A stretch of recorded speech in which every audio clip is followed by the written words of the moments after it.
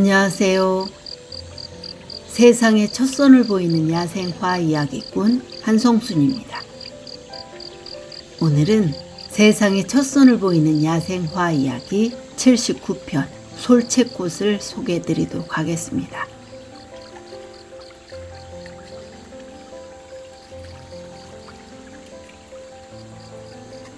솔채꽃은 2년생 초본으로 종자로 번식합니다. 습기가 많은 반그늘과 산기슭의 경사지 혹은 풀숲에서 자랍니다. 줄기는 고추서며 키는 50에서 90cm입니다. 꽃은 7월에서 9월에 하늘색으로 피고 가지와 줄기 끝에 머리 모양 꽃차례로 달립니다.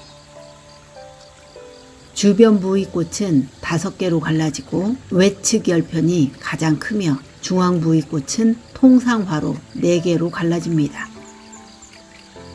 외측 꽃받침의 판통 끝에 8개의 요점이 있습니다. 줄기는 고추섭니다. 마주나기 분지하고 퍼진 털과 꼬부라진 털이 있습니다. 10월에서 11월경에 맺는 열매는 꽃자루에 붙어 있으며 갈색으로 변해 바람이 불면 바로 떨어지는 것이 특징입니다. 산토끼 꽃 속에 비해 전체에 연모가 있고 두상화는 평평하며 화상 인편은 짧거나 없습니다. 여름에 연한 잎을 삶아 나물로 먹거나 말려두고 떡을 해 먹습니다. 솔채꽃은 강화, 두통, 발열, 사화, 해수, 황달에 효과가 있습니다.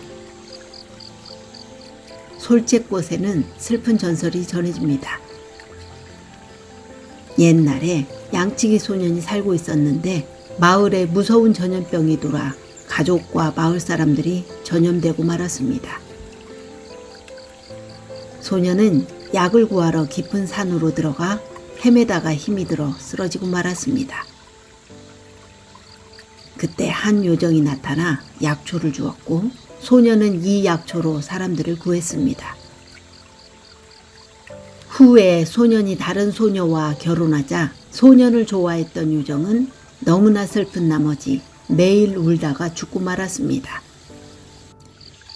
신이 이를 불쌍히 여겨 꽃으로 피어나게 한 것이 바로 솔채꽃이라고 합니다. 그래서 솔채꽃의 꽃말은 이루어질 수 없는 사랑입니다. 오늘은 세상에 첫 손을 보이는 야생화 이야기 79편 솔채꽃을 소개해드렸습니다. 감사합니다.